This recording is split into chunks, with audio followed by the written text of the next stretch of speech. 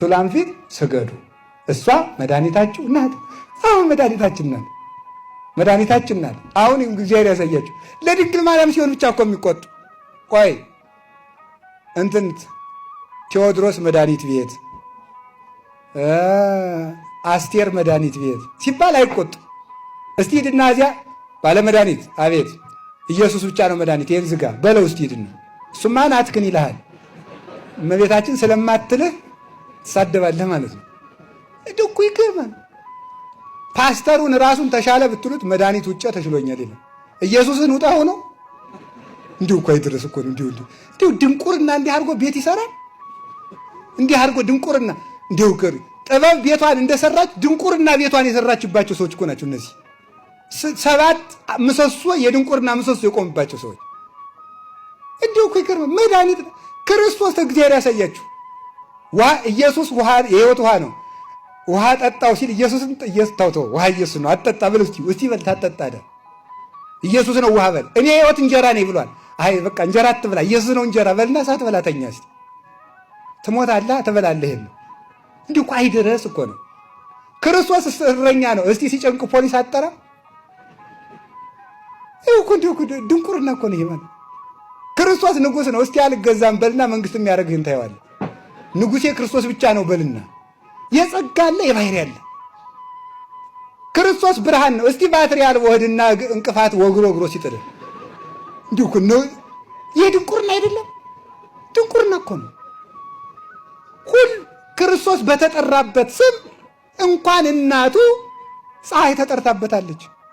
እሱ ብርሃን ነው። ፀሐይ ባቅሟን ብርሃን ናት። ላቅሟ ባትሪ ባቅሙ ባትሪ ኮከብ ብርሃን ተብሏል። ተመልከቱ ማለት ነው። እኔም አባ ተባልኩ እግዚአብሔርም አባ።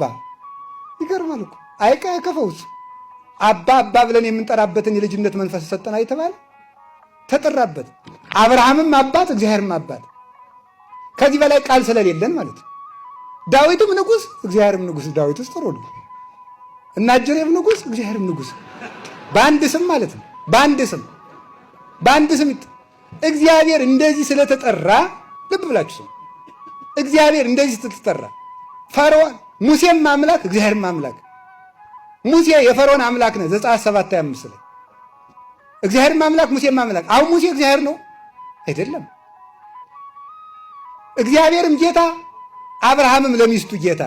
ቅዱስ ጴጥሮስ ሳራ ባሏን ጌታ የትለው ነበር ጌታ። አሁን አብርሃም እግዚአብሔር ነው አይደለም? ቅዱሳን እግዚአብሔር በተጠራበት ስም ስለተጠሩ እግዚአብሔር ናቸው ማለት አይደለም። ድንግል ማርያምም መድኃኒታችሁ ናት ስትባል የእግዚአብሔርን መድኃኒትነት ትተከትለች፣ የክርስቶስን መድኃኒትነት ተክታ እግዚአብሔር ናት ማለት አይደለም። እምንድነው በክርስቶስ ደም ብቻ ነው። ድንግል ማርያም ግን ወደ ልጇ ስሬት ለመቅረብ መሰላላችን ናት። አዎ መድኃኒታችን ናት። ምን መድኃኒታችን ናት? እንዴት አጋ መድኃኒት የምትሆነን? መድኃኒት የምንድንበት ሥጋ የተገኘ ከሷ ነው። የምንድንበት ደም ከሷ ነስቶ የተዋሃደው ነው። ያዳንን ክርስቶስ ከሷ በነሳው ሥጋ ነው። እሷም ጸልያ ታድነናለች። በማን ነው የምታድነን? በልጇ። ሐዋርያት የዓለም ብርሃን ናቸው፣ የሚያበሩ በክርስቶስ ብርሃን ነው። ድንግል ማርያም መድኃኒት ናት። የምታድን ክርስቶስ በሰጣት ጸጋ ነው።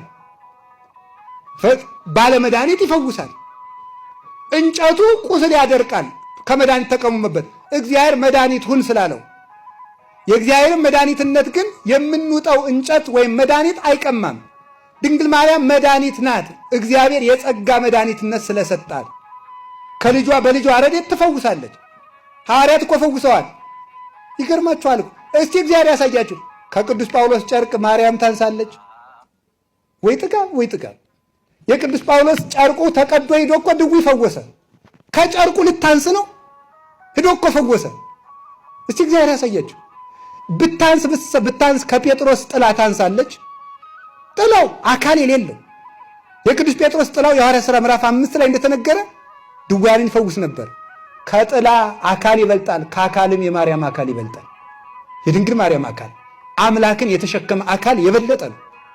ይህንን አካል ነው አይፈውስም የሚሉት ነቢዩ ኢሳይያስ። ትንቢተ ኢሳይያስ ምዕራፍ 25 ላይ ከኛ መካከል እሳትን መሸከም የሚቻለው አለን ይላል። የለም እሷ ብቻ ቻለች። ያችን አካል ነው አትፈውስም የሚሏት። 3 ጊዜ ክዶ የነበረ የጴጥሮስ አካል ሙት አንስቷል። ከማመን በቀር እሺ በጎ ከማለት በቀር ጥርጥር የሌለባት የድንግል ማርያም አካል ሙት ይቀሰቅሳል። በስዕሏ ፊትም ይሰገዳል።